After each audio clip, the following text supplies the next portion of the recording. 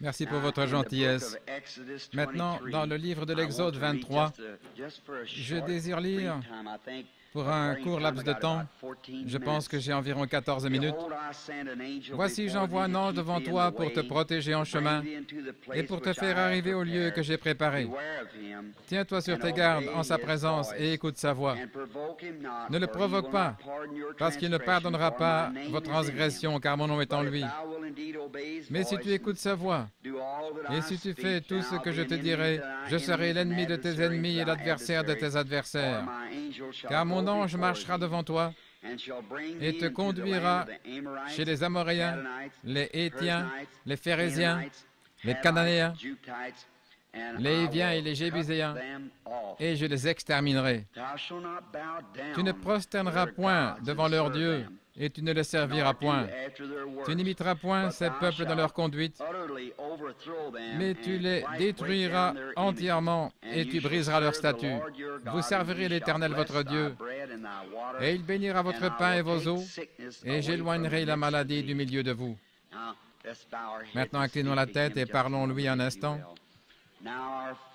Maintenant, notre Père, c'est avec une sainte révérence que nous venons devant toi pour te rendre grâce et te louer pour tout ce que tu as fait, sachant que nous sommes indignes de chacune de tes bénédictions. Et de penser qu'il y a maintenant quelques années, j'étais éloigné de toi et je ne te connaissais pas. Mais ce soir, tu m'as aimé et tu nous as rachetés d'une vie de péché. Et maintenant, tu nous as introduits dans cette grande communion, les uns avec les autres, alors que le sang de Jésus-Christ, le Fils de Dieu, nous purifie de toute iniquité. Et tu m'as donné la grâce et l'amour devant tes enfants, et combien je les aime, Seigneur. Et je te prie de les bénir. Bénis cette petite église, Seigneur, ainsi que toutes les églises qui sont représentées ici à travers la nation. Et je te prie de bénir Frère Bosé, qui est ici, Seigneur, alors que ce jeune frère a loyalement fait de son mieux. Il a tenu bon, il a travaillé dur. Et je te prie de les bénir ainsi que son aimable assemblée. Donne-lui avec surabondance et de voir la faim qui est dans son cœur, ô Dieu. Il a une effusion, il a une vision de l'effusion de l'Esprit à Chicago. Et à ce qu'il paraît, il ne peut tout simplement pas lâcher prise. Il est déterminé à voir la chose s'accomplir, car cela brûle dans son âme. Ô Dieu, puisse cela venir rapidement et que le désir de son cœur lui soit accordé. Qu'un réveil balaye cette grande ville, Seigneur, d'un bout à l'autre, comme dans les jours d'autrefois, et qu'il y ait un feu du Saint-Esprit qui brûle partout dans la ville, accorde le Seigneur, et qu'il y ait un réveil et qui fera que des milliers et des dizaines de milliers viennent à Christ. Accorde le Seigneur. Bénis ce précieux peuple et bénis ton serviteur maintenant, alors que je vais à d'autres endroits, outre-mer, si telle est ta volonté. Et puisses-tu garder ce peuple dans une paix parfaite, accorde le Seigneur, et puisse leur cœur être rempli d'amour, et que les autels soient pleins de feu, et que cette petite Église croisse et prospère dans la grâce de Dieu, et que de grands signes et prodiges se déversent dans cette Église, Seigneur, afin que les gens sachent qu'il y a ici dans cette ville un phare de Dieu. Maintenant, si j'ai trouvé ta faveur, Seigneur, je te prie d'exaucer ma prière et accorde ces choses au nom de ton Fils Jésus-Christ. Amen.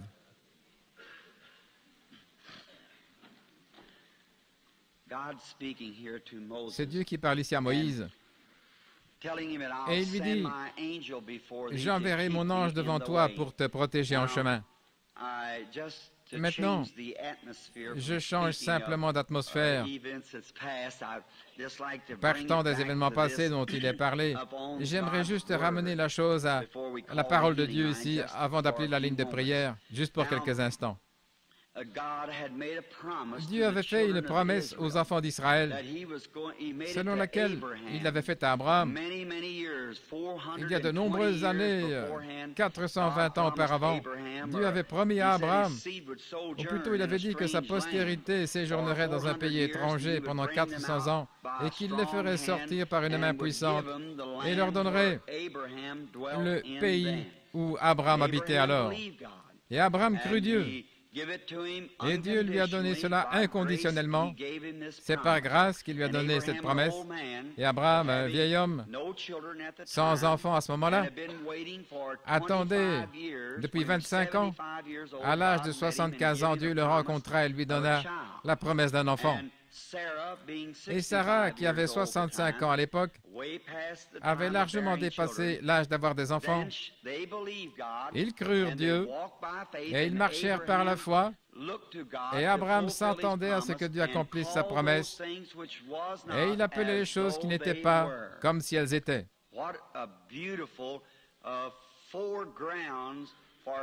Quel merveilleux avant-plan pour le christianisme.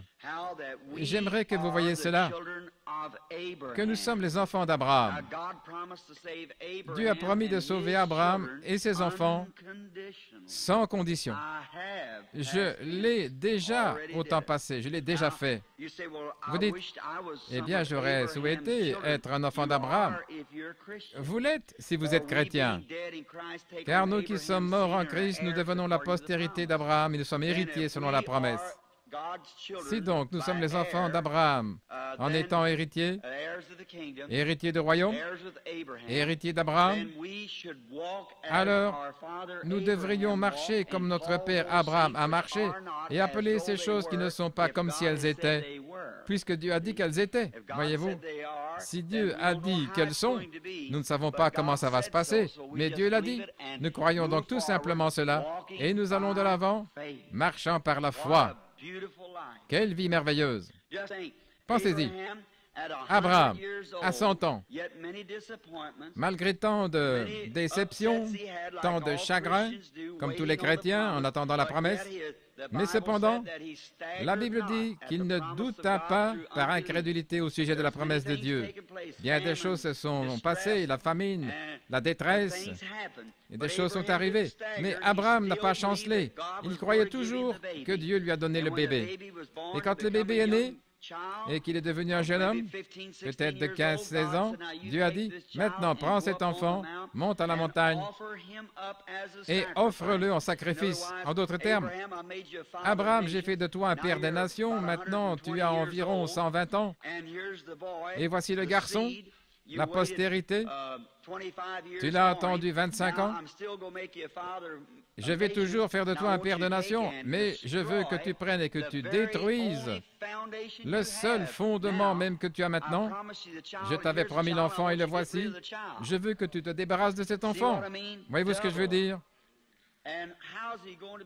Et comment va-t-il être le père de beaucoup de nations, puisqu'il a attendu tout ce temps cet enfant, et ensuite Dieu lui dit d'aller offrir cet enfant.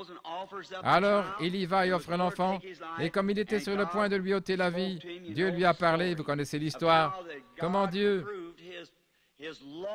a prouvé sa loyauté envers sa promesse faite à Abraham. Alors, il lui a dit que sa postérité séjournerait dans un pays étranger, et c'est ce qui est arrivé. Mais il a dit qu'il les ferait sortir et leur donnerait ce pays où Abraham habitait.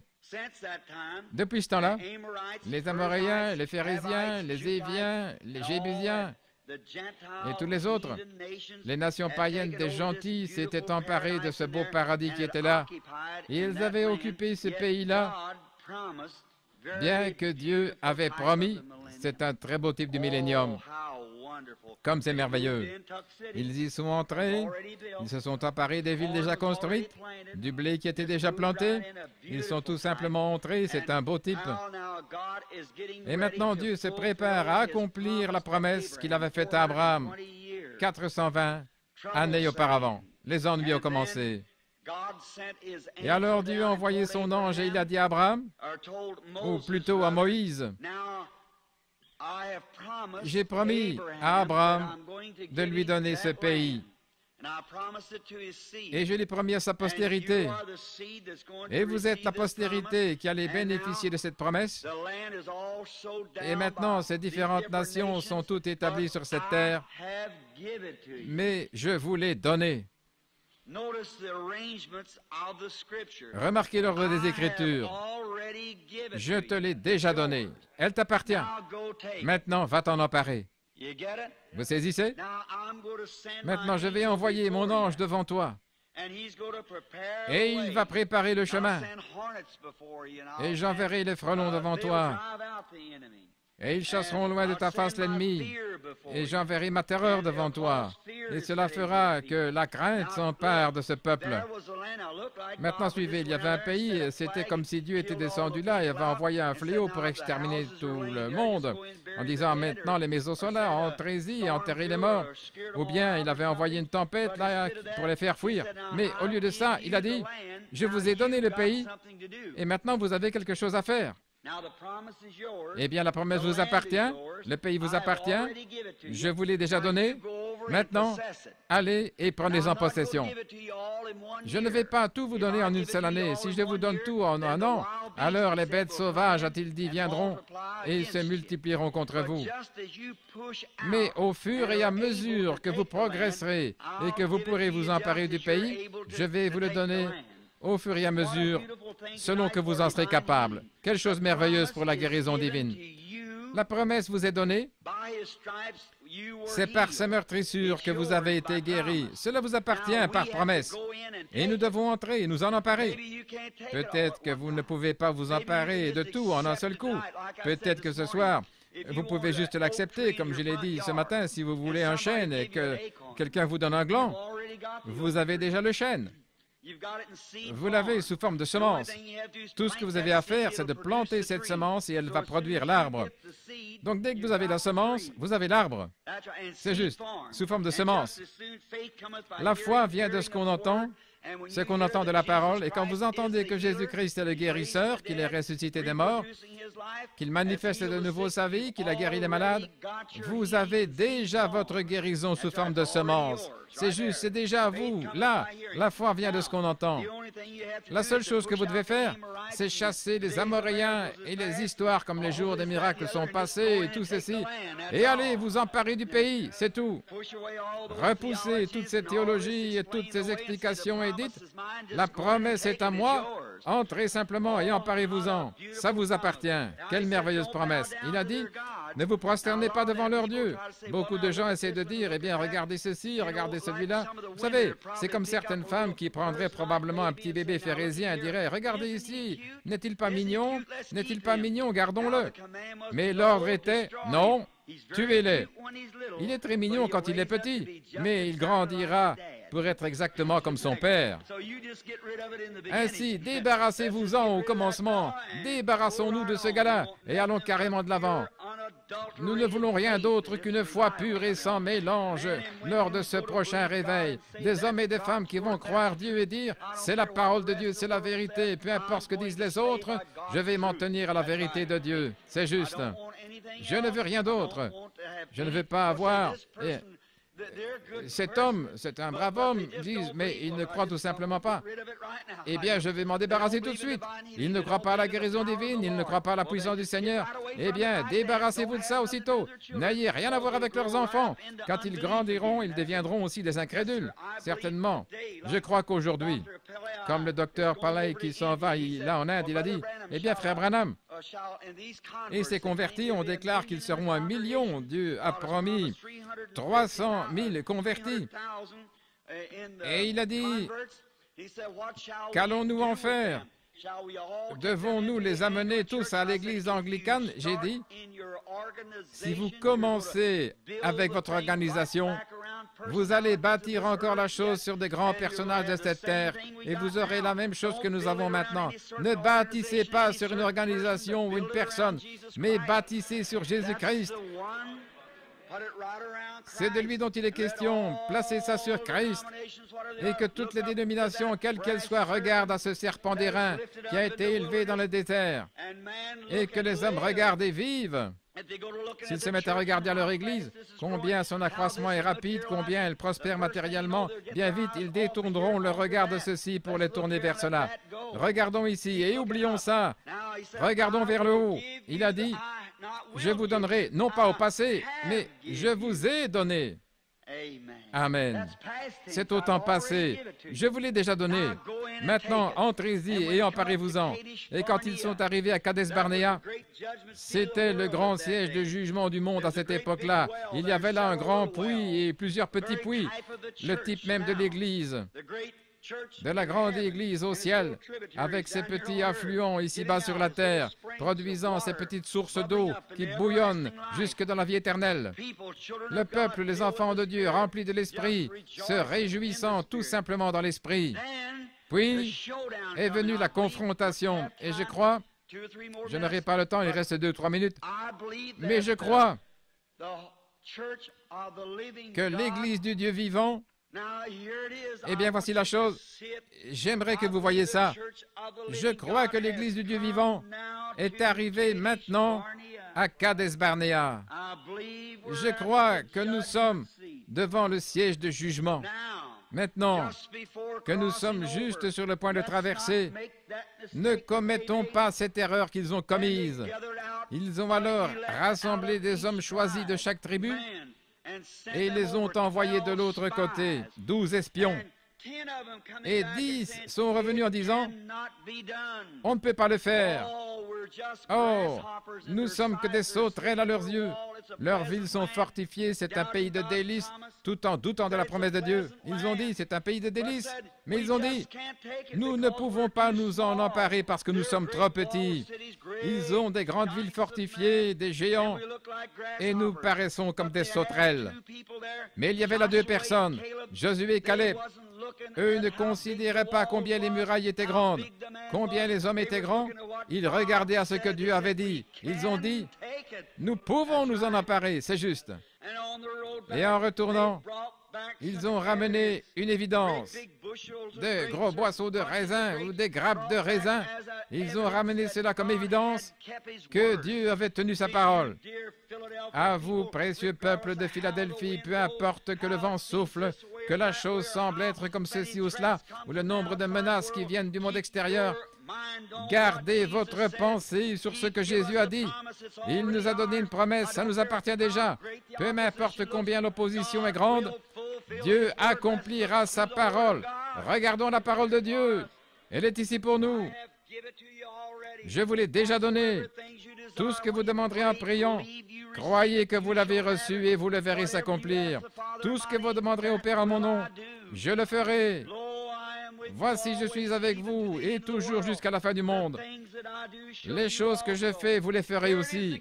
Et voici encore, si vous demeurez, oh, j'aime ce mot, demeurer, pas courir sans cesse ici et là, mais si vous demeurez en moi et que mes paroles demeurent en vous, alors demandez ce que vous voulez et cela vous sera donné.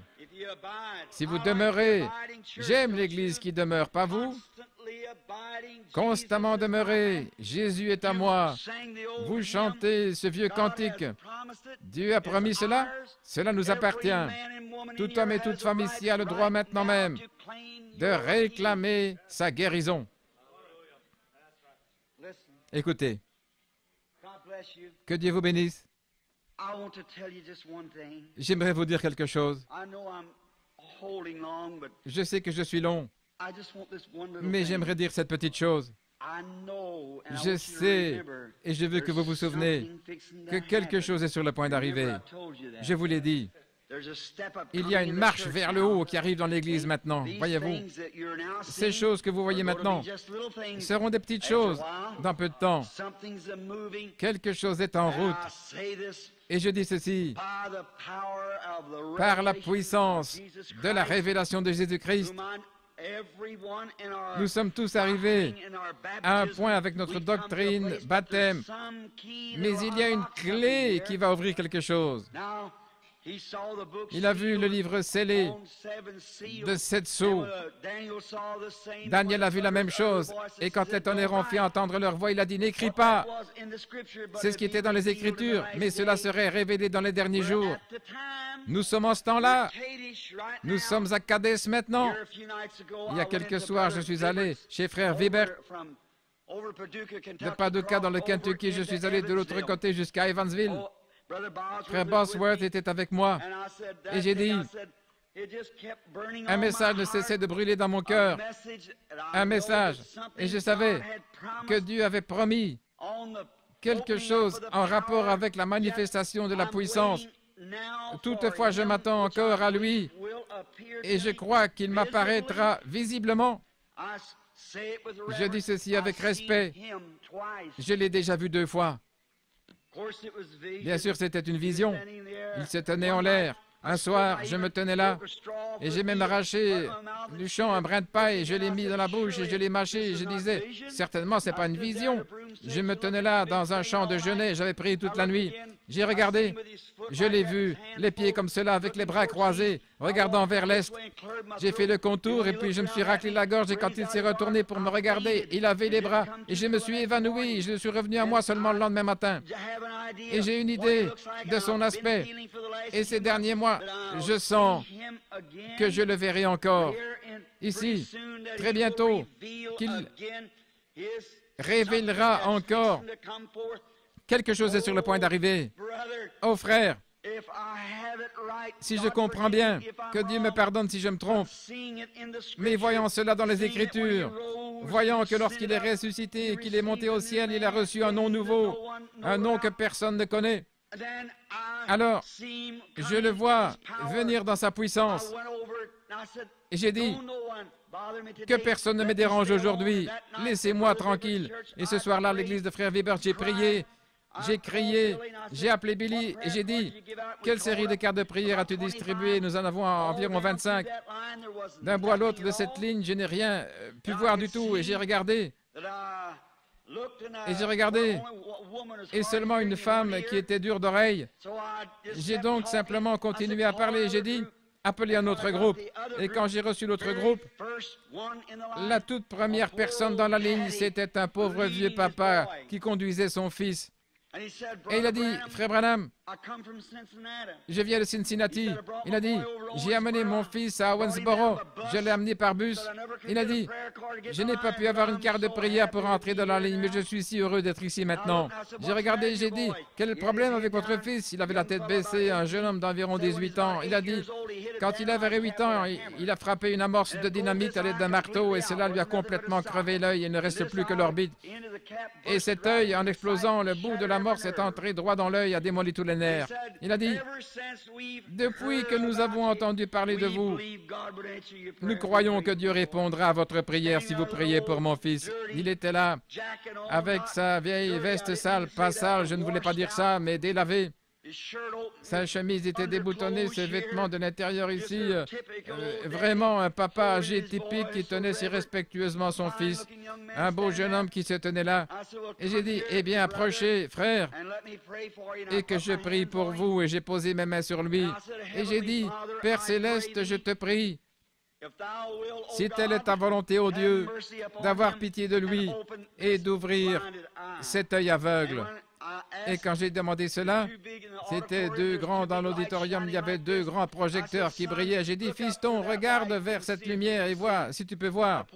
Le pauvre gars regardait tout autour, essayant de voir la lumière. Là. Et j'ai tourné sa tête et j'ai dit, non, non, par ici.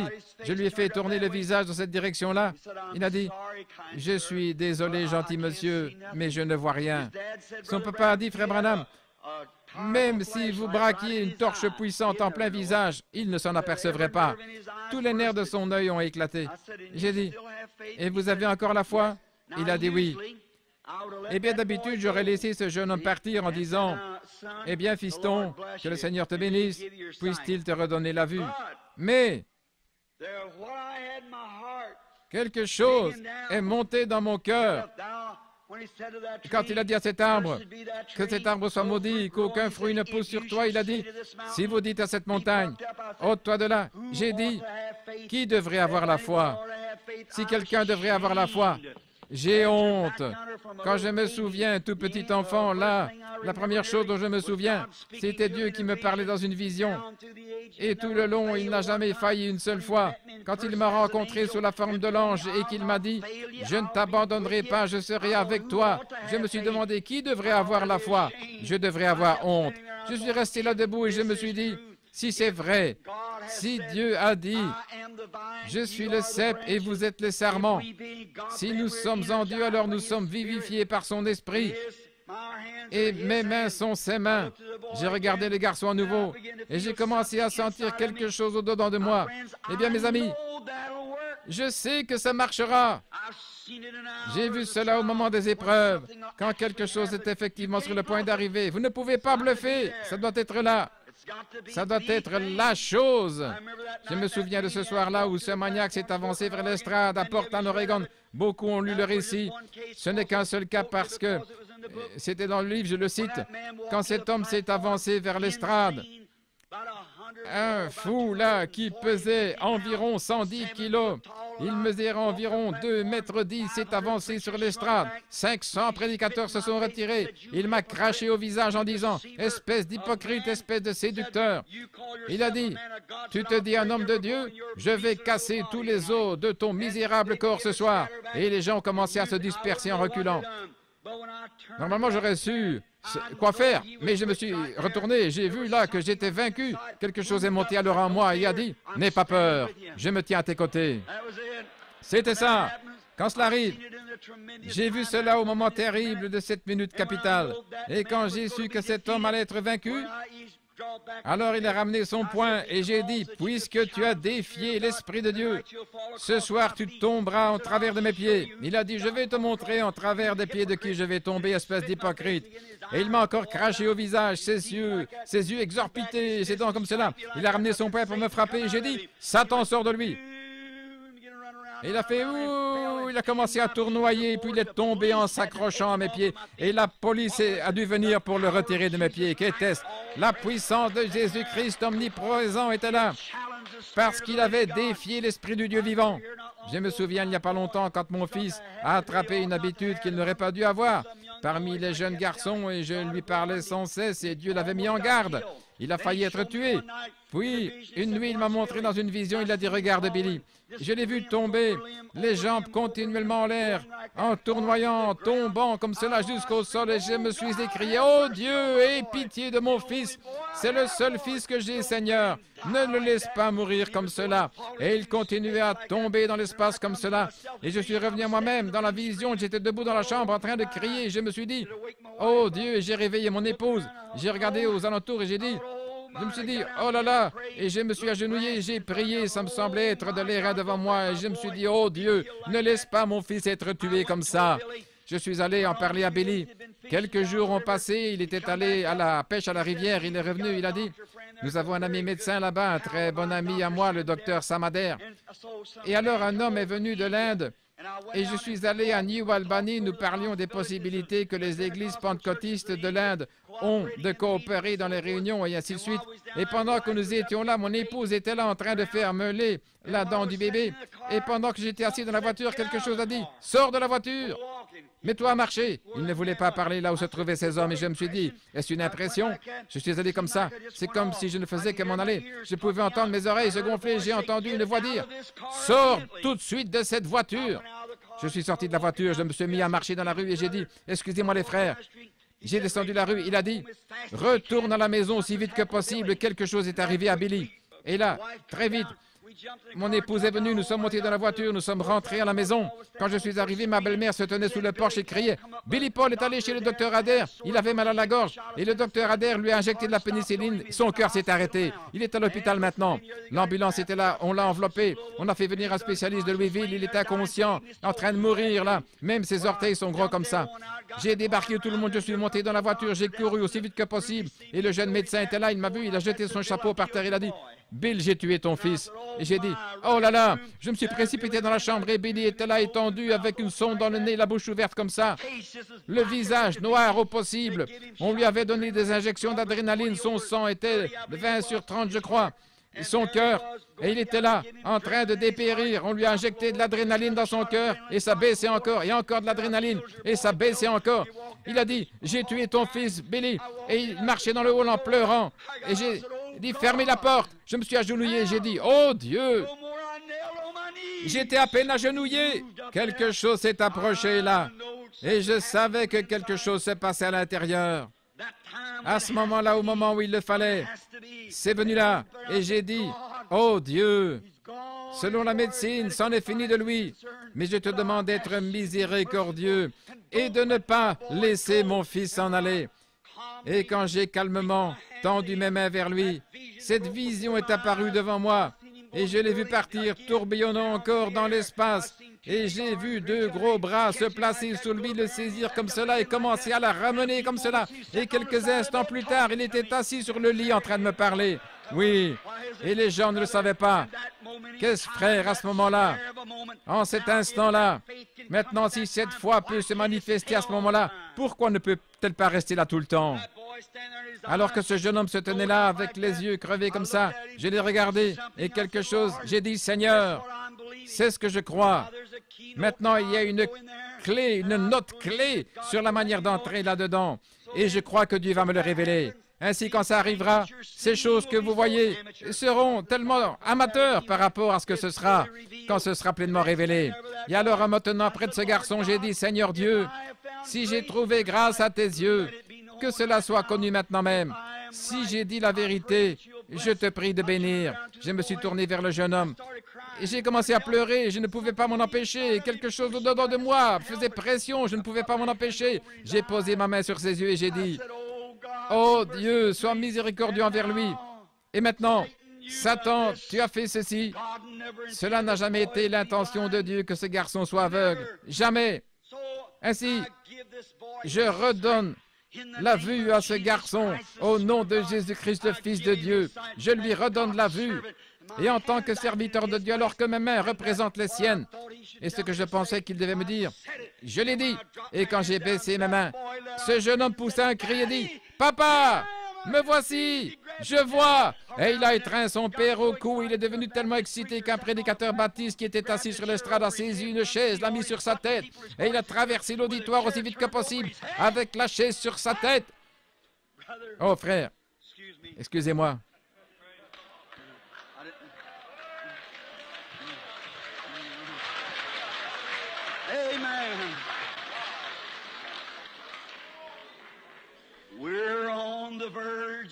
Nous sommes au seuil, frère. Quelqu'un est revenu de Canaan. Les raisins sont excellents. C'est notre pays. Dieu nous l'a donné. Nous pouvons nous en emparer. Dieu l'a dit, n'est-ce pas? Dieu a dit que nous l'avions. Il est à nous. Et nous vivons dans les derniers jours. Ne le croyez-vous pas? Il a dit, dans les derniers jours, j'enverrai la pluie en abondance comme cela. La pluie de la première et de la dernière saison tomberont ce jour. Et ce que les gens avaient autrefois, plus ce que Dieu va nous donner, c'est maintenant même tout proche. Amen. Je le crois de tout mon cœur. Et je crois que nous sommes dans l'âge de la bataille. Ne le pensez-vous pas? Ne reculons pas. Si les gens veulent reculer, qu'ils reculent. Mais nous allons de l'avant. Amen. Cela nous appartient. Dieu a dit, ça vous appartient. Maintenant, allez vous en emparer. Josué s'est levé. Il a pris cette épée à la main. Il est allé là de l'autre côté. Et juste avant qu'il ne franchisse les murailles de Jéricho, là se tenait un homme avec son épée nue dans la main. Josué a tiré son épée. Il a dit, es-tu pour nous? Ou bien, es-tu contre nous? Il a dit, non, mais je suis le capitaine de l'armée de l'Éternel. Absolument. Et je suis venu, et ils ont fait le tour de ces murailles, ont poussé un cri, et ils se sont emparés de la Palestine, parce que Dieu leur avait donné par promesse. Cela était à eux depuis le commencement, ils devaient tout simplement aller s'en emparer. La guérison divine, la puissance de Dieu vous appartiennent ce soir. Prenons-en possession. Cela nous appartient. Chassez tous les Cananéens, tous les Phérésiens, tous les Hiviens, les Jébusiens et tous les autres Heights, et allons nous en emparer en ce jour. Amen, parce que le soleil levant est venu d'en haut avec la gloire et la bénédiction.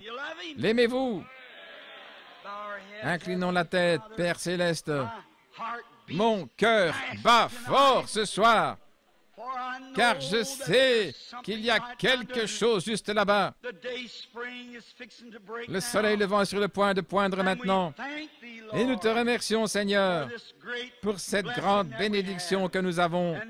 Et maintenant, bénis ton Église ce soir. Accorde-nous la grâce et la puissance. Donne-nous toi-même, ta propre personne dans notre être pour apporter la délivrance aux autres, car nous le demandons au nom de Jésus. Amen. Beaucoup d'entre vous, chrétiens qui êtes ici ce soir, ne savent pas où ils en sont. Vous avez droit à ces choses. Êtes-vous déjà allé quelque part, là, dans une galerie ou quelque part, dans un supermarché? Vous regardez tout autour, peut-être que maintenant vous ne vivez que d'une seule chose. Mais dans un grand magasin, vous avez quelque chose par ici, quelque chose par là et autre chose. Et entrer en Christ, c'est comme entrer dans un supermarché. Nous avons la joie, nous avons la paix, nous avons la patience, nous avons la guérison divine. Nous avons le parler en langue, nous avons l'interprétation des langues, nous avons la prophétie. Nous avons tout. C'est un supermarché, est-ce juste? Et par un seul esprit, nous avons tous été baptisés dans ce grand supermarché, c'est juste. On a tout. Il se peut que quelque chose soit un peu plus haut, hors de votre portée, mais Dieu a un escabeau ici. Montons simplement, j'aime voir tout autour ce que nous avons. Voyez ce que nous avons. Dieu a mis toutes ces choses ici tout autour pour nous. Tendons tout simplement la main et parlons-en. Si vous avez besoin de guérison, allez vous en emparer. Si c'est un peu haut, dites, oh Dieu, fais-moi vite monter sur l'échelle. Je veux voir ce qu'il en est. Il vous élèvera. Élève-moi par-dessus les ténèbres. Accorde-moi de communion avec toi. À la lumière, je vois la fontaine et le sang qui me purifie. Et cela me donne ces droits que Dieu m'accorde. Amen. Excusez-moi.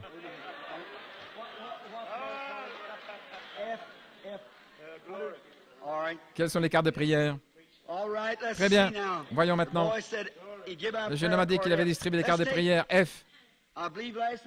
Je crois hier soir, on a distribué F2.